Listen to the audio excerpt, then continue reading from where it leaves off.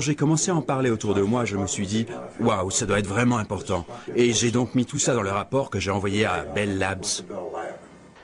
Ayant travaillé de nombreuses années dans l'industrie, dans le cadre de programmes avancés de recherche et de développement top secret, je pense que malgré toute l'information que nous avons pu tirer des soucoupes volantes, cela seul n'explique pas l'énorme essor technologique du XXe siècle. Si vous aviez donné un sous-marin nucléaire à Christophe Colomb, il n'aurait jamais pu le reproduire. Si les extraterrestres ont 1000, 10 000 ou 100 000 ans d'avance sur nous, il ne sera pas facile pour nous de reproduire leur technologie. Les références du colonel Corso étaient tellement impeccables que ce n'est qu'après sa mort que les critiques ont ouvertement remis en cause ce qu'il avait écrit dans son livre. Aussi étonnantes que ces révélations concernant la technologie aient pu paraître, ce sont ses déclarations sur Roswell, 50 ans après les faits, qui ont fait apparaître l'accident, la découverte des corps et les images de l'autopsie sous un jour nouveau. Quand j'ai entendu parler de l'accident de Roswell, j'étais stationné à Fort Riley, au Kansas. J'étais de service cette nuit-là. J'étais chargé de la sécurité de toute la zone, y compris de contrôler les gardes partout où ils allaient. Donc j'ai fait ma tournée, il était environ 2 ou 3 heures du matin, lorsque je me suis rendu dans la zone du service vétérinaire, car on avait des chevaux à Fort Riley à cette époque-là.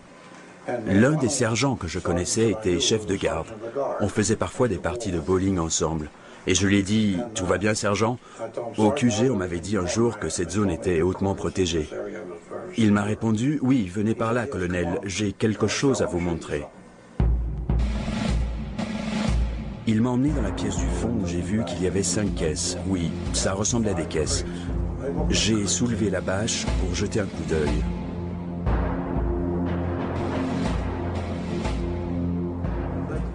Dans une des caisses, il y avait ce corps, juste là.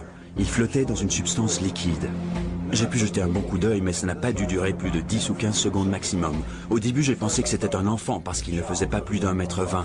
Et puis je me suis mis à penser, qu'est-ce que ça peut bien être? Le colonel aurait confié que ce qu'il avait vu lui donnait cette même sensation de mal au cœur qu'il ressentait en voyant des hommes morts au combat. Mais il a néanmoins pu décrire ce qu'il a vu.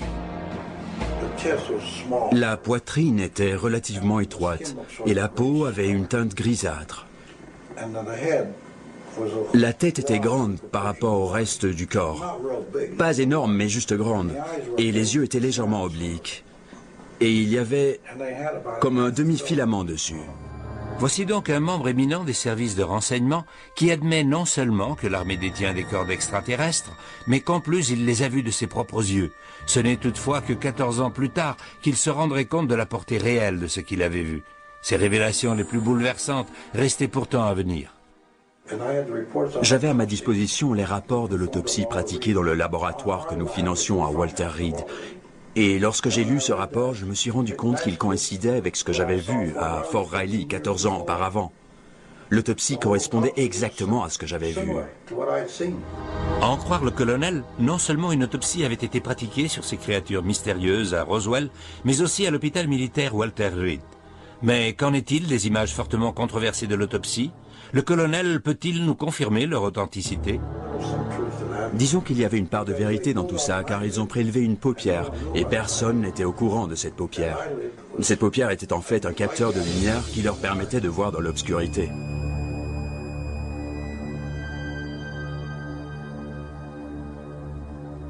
Ils l'ont préservé dans une sorte de récipient, et le cerveau se trouvait là aussi. Et il ressemblait à la description contenue dans les rapports que je détenais.